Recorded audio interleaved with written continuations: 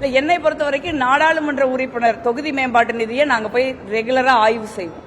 என்னை பொறுத்த வரைக்கும் பை அண்ட் லார்ஜ் ஒர்க் கரெக்டாக தான் இருக்குது. அமித்ஷா நீங்க அமித்ஷா அவர்கள் சொல்றத நீங்க எடுத்து அமித்ஷா அவர்கள் ஏஜென்சி இருக்கு, அமலாக்கத்துறைன்னு ஒண்ணு இருக்குது. பாஜக வர்றதுக்கு முன்ன அப்படி ஒரு துறை இருந்ததே யாருக்கு தெரியாது. இன்னைக்கு அமலாக்கத்துறை அவங்க தலைமை அலுவலகமே தமிழ்நாட்டில் இருக்குதோ அப்படிங்கிற மாதிரி ஒரு சூழல் இருக்கு. இல்ல, எங்க எல்லாம் எதிர்கட்சிகள் ஆள்றாங்களோ அந்த மாநிலத்திற்கு மட்டும் அமலாக்கத்துறை போகுது. நீங்க இன்னைக்கு அசாம் சிஎம், பாஜகவுடைய சிஎம், அவர் காங்கிரஸ் இருந்தப்ப ஒரு பெரிய ஊழல்வாதி. நீங்க அதே மாதிரி என்சிபியில் இருக்க வரைக்கும் அஜித் பவார் ஊழல்வாதி. இன்னைக்கு அவர் பாஜக சேர்ந்த உடனே புனிதமாயிட்டாரு. அதனால இன்னைக்கு அதிகப்படியான ஊழல்கள் நடக்கிற ஒரு கட்சி, ஒரு ஆட்சி நடக்கிற மாநிலங்கள் அப்படின்னா அது பாஜக தான். ஒன்றிய அரசாங்கத்துல நம்ம நடந்த ஊழல்களோட பட்டியலை தொடர்ந்து ராகுல் காந்தி வெளியிடுறாரு.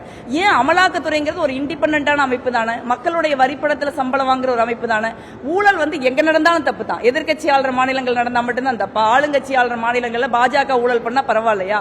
அதனால அமித்ஷா அவர்கள் சொல்றது ஒரு அரசியல் ரீதியான கருத்துன்னு தான் நான் நினைக்கிறேன். ஒழிய உங்களோட ஏஜென்சி இருக்குது, நீங்க போய் ஆய்வு பண்ணுங்க, புக் பண்ணுங்க. ஏன் அந்த ஏஜென்சி பாஜக ஆளுகிற மாநிலங்கள் பக்கமே போக மாட்டேங்குது?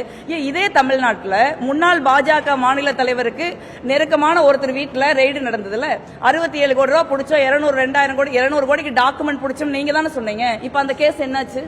நடக்கலையில.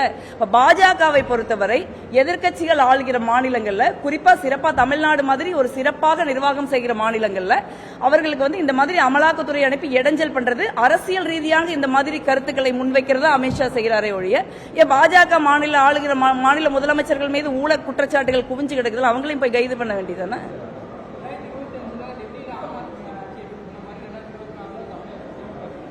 நான் நேத்து சொன்னேன், அவர் ஆம் ஆத்மின்னு மட்டும் சொல்ல, அவர் 2-3 ஸ்டேட்டை குறிப்பிட்டு சொல்லியிருக்காரு. ஒடிசா, ஐ திங்க் மகாராஷ்டிரா, டெல்லி அப்படின்னு சொல்லியிருக்காரு.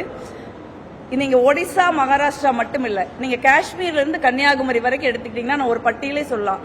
காஷ்மீர்ல பிடிபி, பஞ்சாப்ல அகாலிதளம், அசாம்ல அசாம் கண பரிஷத், நார்த் ஈஸ்ட் மாநிலங்கள் இருக்கிற மாநில கட்சிகள், ஜேடிஎஸ், ஜேடியு, இந்த மாதிரி பல்வேறு, மகாராஷ்டிராவில் சிவசேனா, இந்த மாதிரி பல்வேறு மாநில கட்சிகளோட பிஜேபி கூட்டணி சேர்ந்து அந்த மாநில கட்சிகளை ஒழித்து விட்டு அந்த இடத்துல தேர்தலில் முறைகேடு பண்ணி தான் அவங்க தொடர்ந்து ஆட்சி அமைக்கிறாங்க.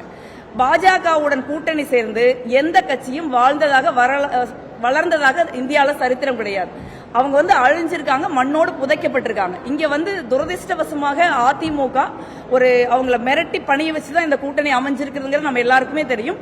பாஜகவுடன் கூட்டணி சேர்ந்த கட்சிகள் எல்லாம் எப்படி அழிவு பாதையில சென்றதோ அதே நிலைதான் அதிமுகவுக்கும் இங்க வருங்கிறத நான் வருத்தத்தோட சொல்றேன். அதைத்தான் அமித்ஷாவும் கோடிட்டு காட்டுறாருன்னு நான் நினைக்கிறேன். இல்ல, அரசியல் கட்சிகள் கூட்டணி அமைப்பாங்க. இந்தியா கூட்டணி ஒரு மிகப்பெரிய கூட்டணியா தான் இருக்கு. அரசியல் கட்சிகள் கூட்டணி அமைக்கிறத பத்தி ஒன்னும் பிரச்சனை கிடையாது. எல்லாரும் ஏதோ ஒரு விதத்துல தேர்தலை எதிர்கொண்டுதான் ஆகணும்.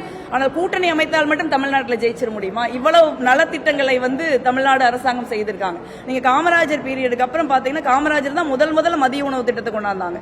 அதுக்கப்புறம் இந்தியாவில் அதை நம்மளே செயல்படுத்துறதுக்கு 50 வருஷம் ஆயிருச்சு. இன்னைக்கு இந்தியாவிலேயே எங்கேயாவது ஒரு காலை உணவு திட்டம் நடக்குதுன்னா அது தமிழ்நாட்டில் மட்டும்தான் நடக்குது. நீங்க இன்னைக்கு நேத்து திறன் மேம்பாடுக்காக நீங்க முதலமைச்சர் ஒரு பெரிய பட்டியலே சொன்னாங்க. எவ்வளவு பேர் நான் முதல்வன் திட்டத்திலிருந்து சாதாரண குடும்பத்தை சேர்ந்தவங்க படிச்சுட்டு இன்னைக்கு சிவில் சர்வீஸ் தேர்வுகளை பாஸ் பண்ணிருக்காங்க. இப்ப போன முறை கரூர்ல நாங்க திசா கமிட்டி நடத்துறப்ப சிஇஓ ஒரு விஷயம் சொன்னாங்க. கரூர் மாவட்டத்தை பொறுத்த வரைக்கும் ஒரு 24 குழந்தைகள் 12வது படித்த பிள்ளைகளை ஐடென்டிஃபை பண்ணி இவங்களுக்கெல்லாம் பெற்றோர்கள் இல்லை, அதனால இவர்கள் படிப்பதை நீங்கள் உறுதி செய்ய வேண்டும் சென்னையிலிருந்து ஒவ்வொரு மாவட்டத்துக்கும் சர்க்குலர் வந்திருக்கு. நீங்க இந்த அளவுக்கு பள்ளிக்கூடத்தில் 1ஆம் கிளாஸ் படிக்கிற குழந்தையிலிருந்து அவங்க ஒரு எந்த மாதிரியான பின்னணியை சேர்ந்தவர்கள், அவர்களுக்கு அப்பா அம்மா இல்லையா, அவங்கள படிக்க வைக்கணுங்கிற ஒரு பெற்றோர்களுடைய நிலைப்பாட்டில் தமிழ்நாடு அரசாங்கம் இருக்கு. அந்த மாதிரி அதே மாதிரி மகளிருக்கு 1000 ரூபாய் கொடுக்கப்பட்டிருக்கு. நம்ம சொன்ன ஒரு பட்டியல கரூர் நாடாளுமன்ற தொகுதிக்குள்ள மட்டும் இந்த 4 வருஷத்தில் நாங்க 4 கல்லூரிகளை வாங்கியிருக்கோம். அதுக்கு முன்ன 10 வருஷமா நம்மளால ஒரு கல்லூரி கூட வாங்க முடியல. இந்த மாதிரி ஒரு கல்வி, உயர்கல்வி, மருத்துவம், உள்கட்டமைப்பு வசதிகள், வேலை வாய்ப்புன்னு ஒரு மிக சிறப்பாக இயங்குற ஒரு அரசாங்கத்திற்கு மக்கள் நிச்சயமா வாக்களிப்பாங்க நான் நினைக்கிறேன். இந்தியா கூட்டணியும் ஒரு வலுவான கூட்டணி, அரித்மெட்டிக் வைஸ் கூட நாங்க ஒரு வலுவான கூட்டணியா தான் இருக்கோம். அதனால இந்தியா கூட்டணி ஒரு மகத்தான வெற்றி பெறும். நாங்கள் செய்திகளை உடனுக்குடனும் துல்லியமாகவும் தெரிந்து கொள்ள சப்ஸ்கிரைப் பண்ணுங்க.